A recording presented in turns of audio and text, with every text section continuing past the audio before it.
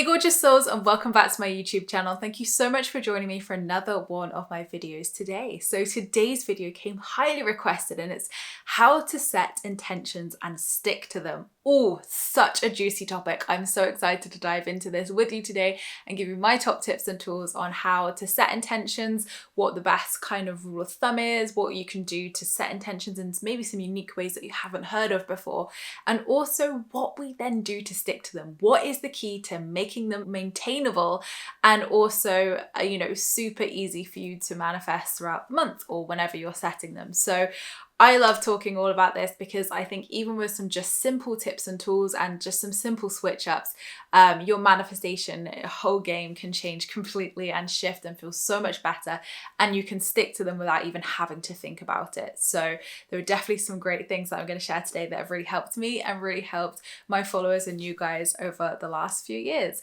So if you're new to my channel, then welcome. My name's Emma. I'm an award-winning life coach, 2 times best-selling manifestation author, law of attraction YouTuber here on my channel, and the host of the #1 spirituality podcast on iTunes, Spiritual Queens Badass Podcast. And here on my channel, I share all things spirituality, self-help, law of attraction, and manifestation. So not only do I hope you're really going to enjoy this video, I've obviously got an abundance of videos over the last 8 years that you can dive into as well here on this channel.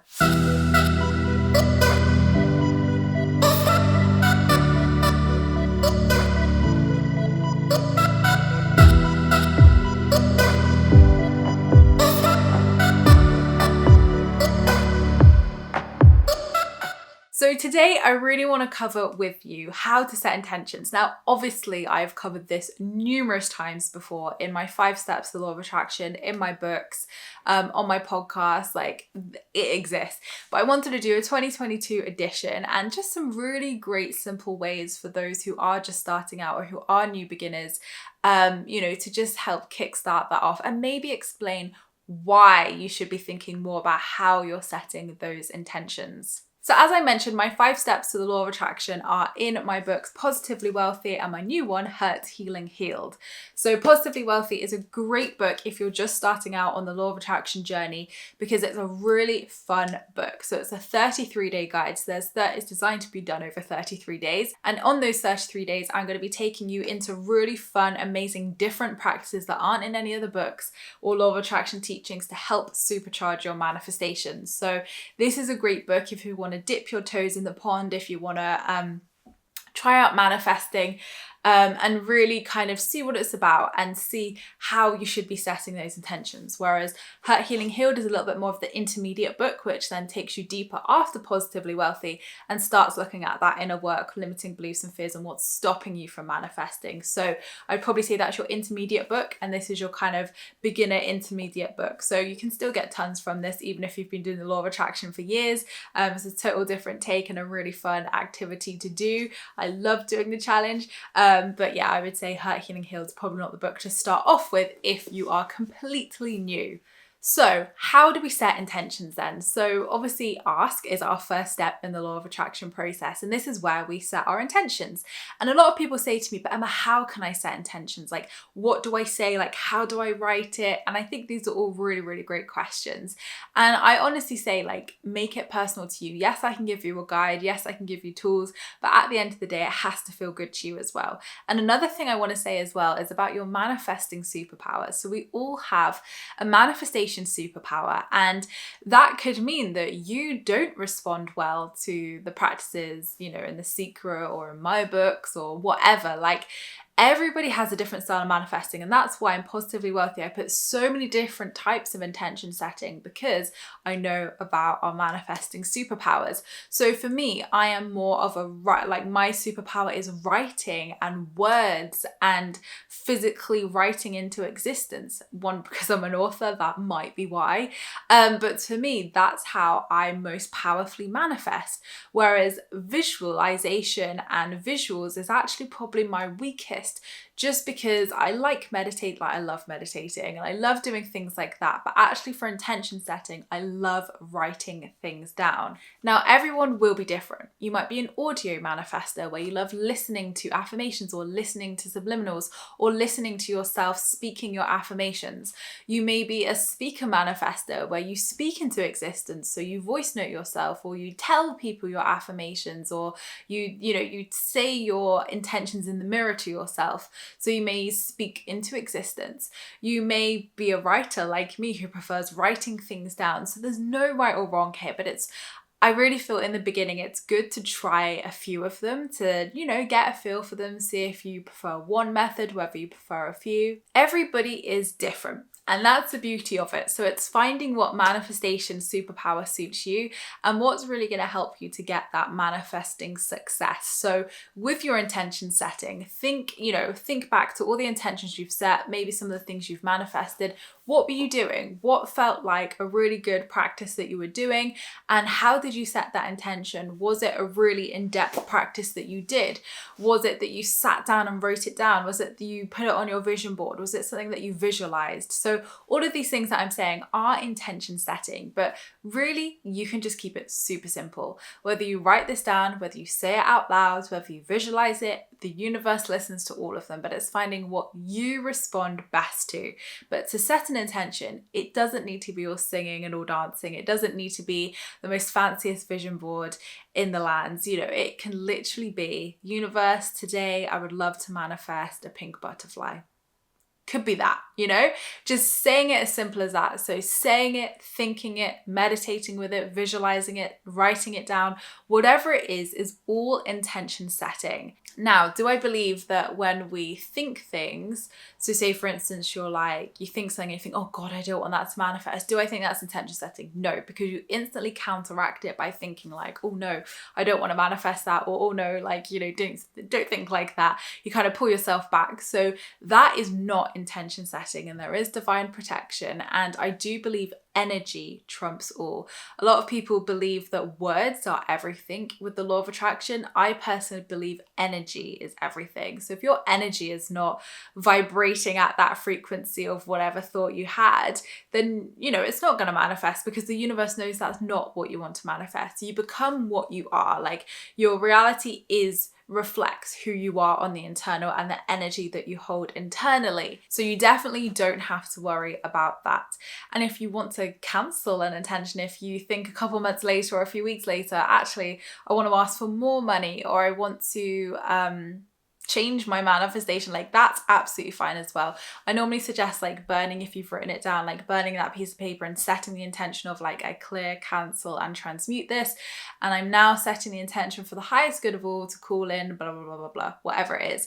So you are definitely able to change your mind. You are definitely able, and I think that's such a normal thing to do. I don't think this is spoken about enough in the law of attraction sphere. It's so normal to change your mind. And why? Because as we grow and evolve along that manifestation journey, our likes and dislikes are going to change. And as we grow and evolve and become that version of ourselves who has that desire, we're going to very quickly realize whether we actually do want that, or whether something better is more aligned for us, or we're actually I've changed my mind, I actually want to really focus on this now. So our intuition knows, and the universe knows that we're going to change our mind as well, or tweak it or evolve it, whatever. So you don't need to worry about that. But I think it's just a good energy reset and a good energy practice. If you are going to change your mind or set new intentions for something you've already set, then definitely just burn whatever it is, or destroy it, or just set the intention of you're clearing and transmuting that and calling in whatever you're calling in. So how do we stick to them then? So it's all very well as setting intentions, but I know a lot of people struggle to stick to them.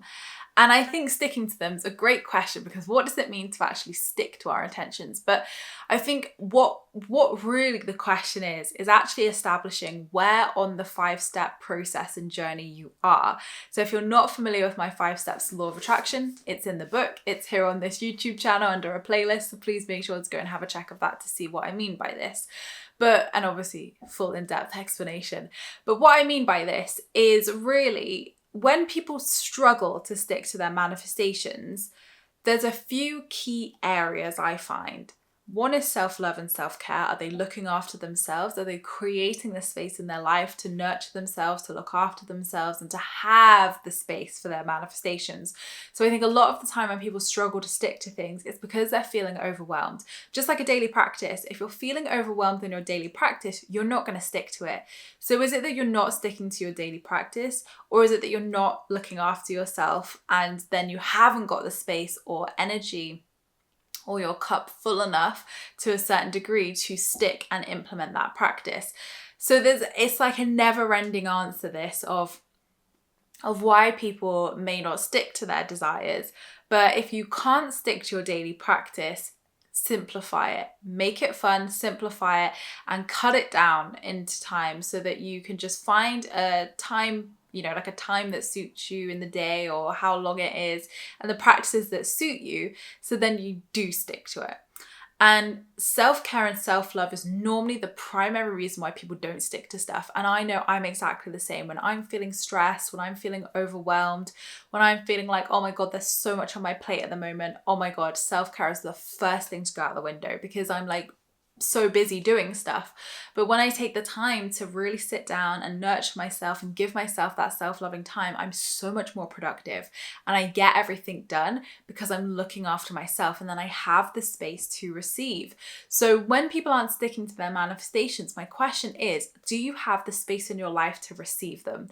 Which is very often no is the answer I hear to that question, because if you don't have the space in your life for them, how on earth can the universe bring that into your reality? We have to create the space, which is all part of that step 3 trust and step 4 let go, is creating the space and letting go of that attachment to manifest it into our reality. So if you're struggling to stick to your manifestations, one, what does your self-care and self-love look like? If you're struggling to stick to intention setting, then keep it simple. Like, I absolutely love a new moon practice, but I would be an absolute liar if I sat here and said I did it every single month. Recently, I just haven't felt called to do it every single month. But what I do is goal setting every single month. So technically it's very similar. I just do it at the beginning of the month rather than on the new moon, because the new moon has been all over the shop date-wise recently. So I personally prefer to set goals at the beginning of the month. And sometimes when I set those goals or manifestations, it feels super easy and I know what I want and it feels really clear. And other months I'm like, do you know what? I actually don't know. So I will just put what feels clear down and actually just set more feeling intentions of, this month I'd really love to feel relaxed, or I'd really love to feel joy, or whatever. So when I struggle to think of physical manifestations, I really tend to focus on the feeling manifestations, because that is really easy. And it also helps me, if I'm feeling happy, then that's going to mean that things are flowing in my life. So when I focus on the feeling, then it's easier to then manifest things that maybe I wasn't clear on, because I'm in that vibration of feeling that energy. So that would be my advice if you are struggling to know what to set intention-wise each month. But it doesn't have to be overwhelming. I know that there is so much out there with manifestation and law of attraction that it can feel overwhelming. Like, you have to do a daily practice. Are you doing your new moon and full moon ritual? Are you setting intentions? Are you scripting? Are you doing affirmations? And I'm like, keep it simple. If you were doing too much, it's too chaotic, and there is no space in your energy field or life to manifest the things that you are manifesting. I think a lot of people think manifestation has to be complex, or they have to do lots of things for it. It really doesn't. And think back in your life to all the things that you've manifested. I bet the best things have been easy. I bet the best things haven't. There might have been inner work and there might have been challenges along the way, but the actual process of what you're doing hasn't been affirmations every day, tons of stuff every day. Do you know what I mean? It's felt manageable, it's felt good. So it's all about making it manageable is the secret. So if that means just setting a few goals at the beginning of the month, a few personal goals, a few career goals, and maybe a money goal, then keep it simple. That's all it needs to be. It doesn't need to be any longer than that. And even if you want to simplify that, do what feels right to you. This is your manifestation journey, your intentions, not mine, not anybody else's. So what I do, what anybody else does, works for us, but it may not work for you. And, you know, vice versa, what you do may not work for me, for example. So it's all about finding that manifestation superpower, setting intentions regularly, because if you want to manifest regularly, you have to be setting the intentions regularly. And this is something, again, people trip up on. They create the vision board at the beginning, they do all of that, and then they're like, Emma, I did that 6 months ago and I haven't manifested anything. Like, I did in the beginning, but now nothing for months. Like, why? And I'm like, okay, what intentions have you set recently? And they're like, none. And I'm like, okay, that's why. So you have to be setting intentions regularly to manifest regularly. And that's really, really important. So make sure each month you are taking some time out of your schedule to give yourself that self-love, to not feel overwhelmed, to set those intentions and have the space in your life to manifest them. And what that looks like practically is, instead of like doing loads of things every day of affirmations, meditation, scripting, blah, blah, blah, like simplify the process. If you're doing all those things, it's not a co-creation process. It's just you going 90% of the way. And co-creation, law of attraction, is a 50-50 journey. So when you get to that third step of trust, it's really then about, yes, taking aligned and inspired action, but also taking a step back into that receiving mode, into that letting go and relaxing into the now, being present, being grateful, and being appreciative of where you are now. Remember, you will manifest your desires when you need them the least. So really, I would say, if people are struggling to set intentions, look at, are you feeling overwhelmed? Are you filling your own cup? Do you have the space in your life to receive those manifestations? And I always think, and I always know, that the best manifestations in my life have involved the least work. Obviously, like, inner work is an exception. There have been obviously definitely a lot of inner work, definitely a lot of like beliefs and rewriting and all of that, of course. But actual process, actual like manifestation intention setting, actually the least. And I'm such a big believer in simplifying the process. Of, it's great to know all these tools and practices from the books, whatever. It's great to try them out. It's great to see what works for you. But I personally find simplicity is key, because when we overcomplicate it and when we try and do too much, then that energy is not expansive. There is no room in your energy field or life for your desires to come in, because you're filling it with activities, you're filling it with intention setting, when actually you need to work through the second stage of belief, third step of trust, fourth step of letting go. So if you're always in that step one of ask, and you're asking every day for your desire through all these different practices, when are you in step 2? When are you in step 3? When are you in step 4? When are you in step 5? So do make sure to go and watch that playlist if you want more clarification and definition on those 5 steps, and to just maybe give you some helpful reminders of what you should be focusing on in each step. But stop asking is the answer. Like, yes, ask, of course, we need to ask, but you only need to ask once. You don't need to ask 50 million times over a 6-month process, because the universe is like, yeah, we got the memo the first time. We've got your order. Like, imagine it like a restaurant. I love giving the restaurant analogy because it works really well. Imagine you've paid for your order at the till. You've gone up to the waitress. You've like placed your order. This is what I would like to order. Here's my money. Right, go sit down, we'll bring it over to you. If you constantly are going up to the till and placing a new order and a new order and a new order and a new order, it's not going to make that order come any quicker, because they'll be like, God, they're flipping impatient. We've got the order, we're cooking it, it's in the process. So you've got to then sit down at your table, believe and know your food or order is coming to you in divine timing. Take inspired action by, again, being in the restaurant, being in the place to receive that order. You've taken your action, you've paid with your money or whatever, you've paid with your gratitude at the till. And then you move into that step 4 of trusting and letting go. You're chatting to your pals, your friends, your lovers, you're like relaxing and having fun. And before you know it, they've brought the food over and it's here. So if you're at that till, you're not able to receive. You're still at the till. You need to be sat at the table ready to receive. So stop asking, ask once, and then find some practices that feel good to you, whether it's in the books, whether it's here on my channel. Find some practices that feel good and that you want to do, but stop overcomplicating it. It doesn't need to be that hard. Less is more with manifesting. and everything is energy. So your energy is what is manifesting that into your reality. So think about the version of yourself who has that desire. Are they sat there asking every day for their desire? No, because they flipping got it. So they're sat there relaxed, happy, enjoying it, carefree. That is the energy that you need to embody. So many people get caught up in the asking step, and rightly so, because there's so much information out there that constantly keeps you in that cycle of ask, ask, ask, ask, ask. But when do you get to the next steps? When do you work through that? So it's fun to do those practices. And again, like I do lots of different things along the way to manifest, but I make sure that I've only asked once and I'm not spending my energy asking. I'm spending my energy on that belief step. I'm spending my energy on the trust step. I'm spending my energy on the letting go step. And then I'm spending my energy on receiving. So create the space in your life. Look at whether you're feeling overwhelmed. What is your self-love and self-care like? Ask yourself on a scale of 1 to 10, where would you rate your self-love score today? 10 being I love myself, 1 being I don't love myself. Where would you rate yourself?